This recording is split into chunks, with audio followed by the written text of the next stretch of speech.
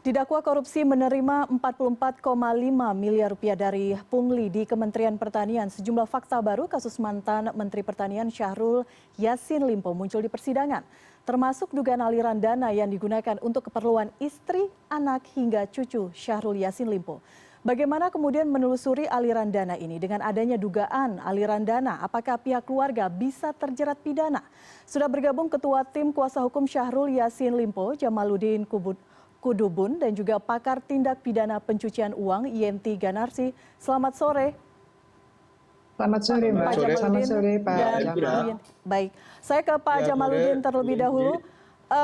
Ada banyak kesaksian yang disampaikan kemarin di persidangan, termasuk aliran uang yang diduga digunakan untuk keperluan tidak hanya Pak SYL, tapi juga hingga ke anak dan cucu. Disebutkan juga uang bulanan sekitar 30 juta rupiah untuk istri Pak Menteri. Mungkin untuk di awal, bagaimana menjelaskan penggunaan uang ini? Mbak Elvira dan pemirsa di mana saja berada, saya ingin mengklarifikasi soal apa yang dituduhkan kepada klien kami. Bahwa sebetulnya semua keterangan yang tadi disampaikan itu juga telah kami bantah di persidangan, bahwa sesungguhnya dana-dana sebagaimana yang disampaikan itu jauh sekali dari apa yang kemudian menjadi fakta di persidangan.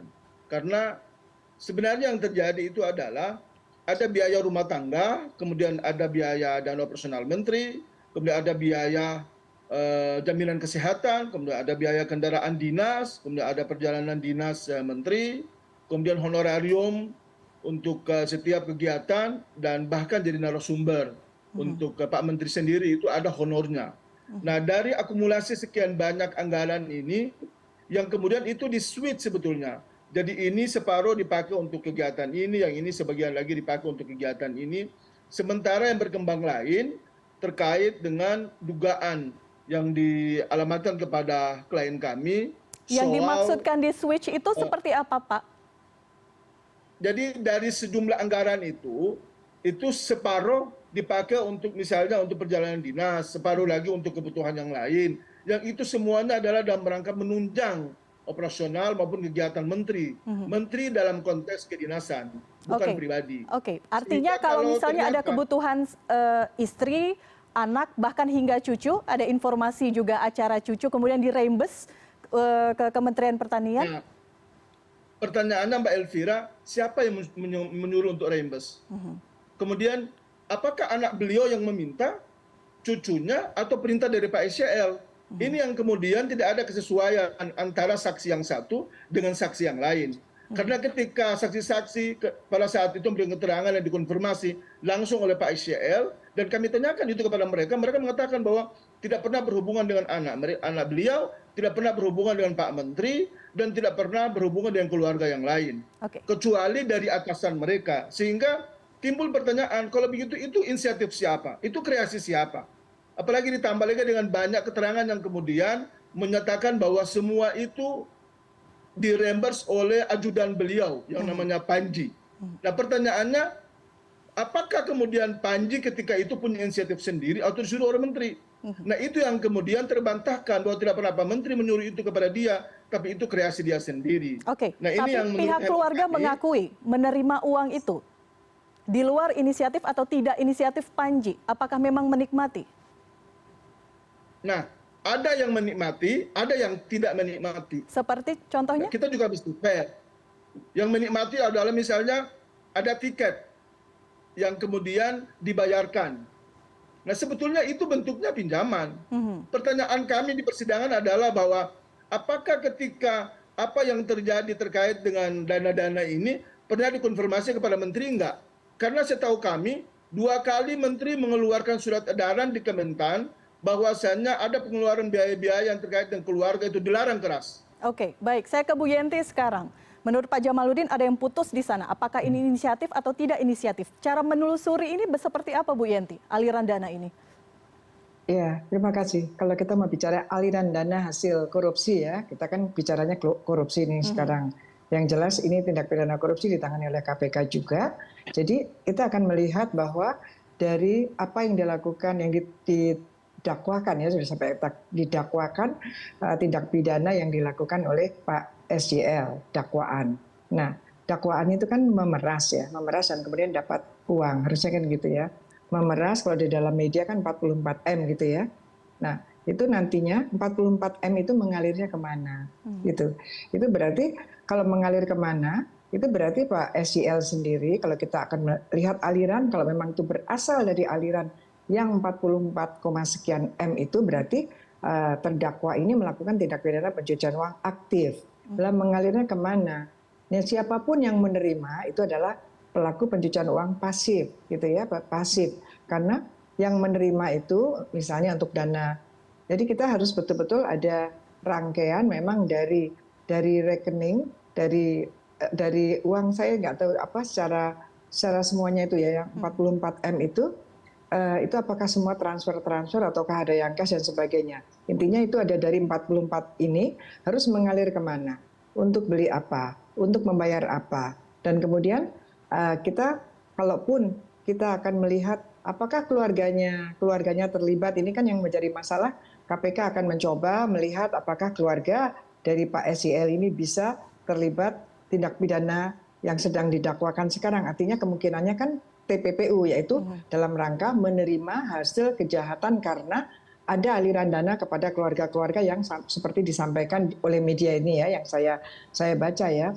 Nah itu nanti kalau itu kan harus selalu ada alirannya, terlepas siapa yang membayarkannya. Yang penting misalnya tadi disebutkan dari ajudannya. Nah ajudannya uangnya dari siapa gitu kan? Nggak mungkin ajudan punya uang sebanyak itu kan, misalnya seperti itu. Nanti kan bisa ajudannya kan sudah diperiksa juga. Itu kan hanya saksi. Nanti kan ada juga alat bukti lain, misalnya ada transfernya tidak, kan begitu ya, ada transfernya tidak. Kemudian ada juga mungkin ya itu ada petunjuk yang paling lemah pun kan kita bisa lihat yang petunjuknya tuh misalnya betul tidak ada kegiatan apa tadi, sunatan misalnya ada tidak gitu ya, sunatannya ada tidak. Ini dia mengatakan ada saksinya, kemudian dia juga menyatakan bahwa ada aliran dana ke sana, yaitu berupa reimburse gitu ya, reimburse karena sudah ada pengeluaran. Nah kita lihat yang reimburse itu uang yang dari mana gitu. Dan tentu saja kita akan melihat ini bedanya korupsi dan TPPU. Dalam hal korupsi kita bisa menyita semua harta kekayaan, meminta semua harta kekayaan si terdakwa, mulai dari tersangka, terdakwa, sampai dengan harta yang sebelum didapatkan sebelum korupsi. Tetapi kalau untuk TPPU itu yang kena TPPU-nya hanya yang 44 ini saja kalau nanti ini terbukti begitu. 44M ini kemana saja, itu akan terjadi tindak pidana aktif TPPU dan tindak pidana pasif TPPU. Dan dua-duanya adalah bisa menjadi satu pelaku tindak pidana pencucian uang, itu orang yang mengalirkan dana hasil kejahatan dan pihak-pihak yang menerima aliran dana dari hasil kejahatan, sepanjang, terutama yang pasif ya, sepanjang yang bersangkutan itu tahu itu dari hasil kejahatan, atau paling tidak dia itu patut menduga ada yang aneh nih dari jumlahnya, tapi bisa dimintakan misalnya ya. Dia patut menduga. Jadi yang perlu dibuktikan 44,5 miliar itu. Iya, 44,5 miliar itu kemudian kemana saja alirannya. Dan berbicara TPPU berarti berbicara dari hasil rekening yang bersangkutan ini sejak terjadinya korupsi tadi ya, tahun 2020 kalau nggak salah gitu ya. Dari situ aliran kemana-kemana saja itu sesuai tidak, ada penyesuaian tidak, dengan persesuaian tidak dengan apa yang disampaikan oleh saksi-saksi yang sudah dihadirkan. Kan sudah beberapa saksi dihadirkan termasuk sekjen dan sebagainya ya waktu itu kan. Nah itu adalah tempus delicti-nya, waktu terjadinya tindak pidana korupsi. Setelah itu aliran dana kemana-kemana itu dengan bukti-bukti yang ada, apakah itu saksi, apakah itu bukti surat, apakah itu juga ahli, dan kemudian itu petunjuk, itu adalah untuk melihat kemana aliran dana itu uang dari 44 itu mengalir dan siapa yang menerima aliran dana. Dan memang untuk TPPU itu sangat mungkin keluarga itu menerima aliran gitu, sepanjang kita mencari buktinya ada. Baik, saya ke Pak Jamaludin untuk mempertanggungjawabkan karena tadi. Oke, silakan. Mbak Elvira, saya ada hal yang mesti harus saya luruskan di sini. Jangan lupa bahwa di awal pada saat di framing case ini itu adalah 13,9 miliar. yang diklaim oleh rekan-rekan di KPK. Kemudian naik menjadi 44,5 miliar. Nah, pada saat di persidangan kami tanyakan, ini uang negara atau uang pribadi kalian-kalian? Yang disampaikan oleh para saksi hampir semuanya adalah bahwa separuh dari uang negara, separuhnya dari uang kumpul-kumpul. Kenapa kumpul-kumpul? Karena di tahun 2020 sampai 2022 itu kan kita tahu sendiri, di situ ada pandemi COVID-19. Termasuk juga ketika yang dipersoalkan adalah soal sewa private jet, kemudian helikopter dan lain sebagainya, itu kan tidak ada anggarannya di Kementan. Sementara Pak Menteri sendiri ketika itu mesti harus hadir acara di Papua, harus hadiri acara di Maluku, di NTT, dan di tempat-tempat yang lain. Dan karena tidak ada plafon anggaran itulah, kemudian dari eselon 1 diminta untuk kemudian berpartisipasi. Nah, pada saat berpartisipasi itulah kemudian ya keluarlah itu sejumlah dana yang tadi juga disampaikan soal sewa private jet, kemudian beli rumpi anti peluru. Pak Jamaludin, pertanyaan saya, helikopter. apakah ini hal yang lumrah uang kumpul-kumpul ini di Kementerian Pertanian menurut klien Anda? Nah, sekarang begini, Mbak, ini adalah urusan negara, urusan Kementerian Pertanian, dan tidak ada anggarannya. Maka dapat dimungkinkan, karena pertanyaannya ada tidak pada saat pemeriksaan BPK, BPKP, maupun juga pemeriksaan internal audit, bahkan DPR RI, ada nggak masalah ini yang diangkat? Kan tidak ada. Nah, pertanyaan lain, ketika ini adalah uang juga dari Kementan, kalau begitu siapa-siapa yang terlibat di situ? Kenapa cuma hanya 3 orang? Kenapa cuma hanya Pak Hatta, cuma hanya Pak Menteri, kemudian cuma hanya Pak Sekjen? Terus yang punya peran untuk mengumpulkan duit segala macam itu, di mana mereka? Ya jangan beginilah, ini kan namanya tebang pilih namanya. Ya kita pengen, kita juga sepakat bahwa korupsi harus diberantas di Republik yang kita cintai ini.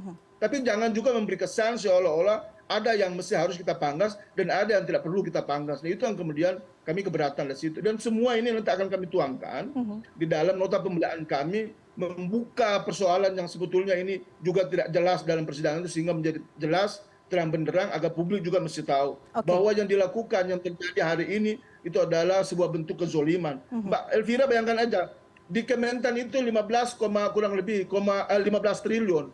Yang diklaim awal itu kan bahwa beliau mendapat 20% setiap bulan dari 15 triliun itu. Itu kan 2, sekian triliun. Uang duit cuma hanya kumpul sekian itu aja jadi masalah, apalagi kalau kumpul Pak Jamaludin, 20%. agar faktanya bisa terang benderang, saya akan kasih Anda kesempatan. Kita akan lanjutkan diskusi ini, tapi kita harus jeda dulu untuk azan maghrib. CNN Indonesia Newsroom akan kembali sesaat lagi.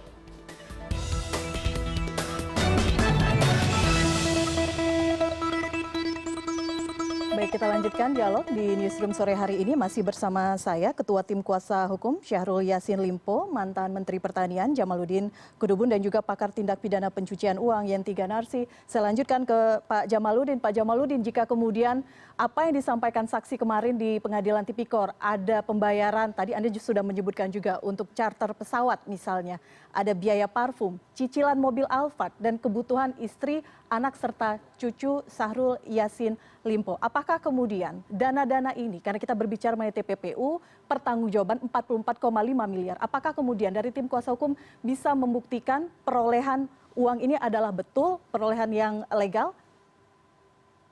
Insya Allah kami akan buktikan itu.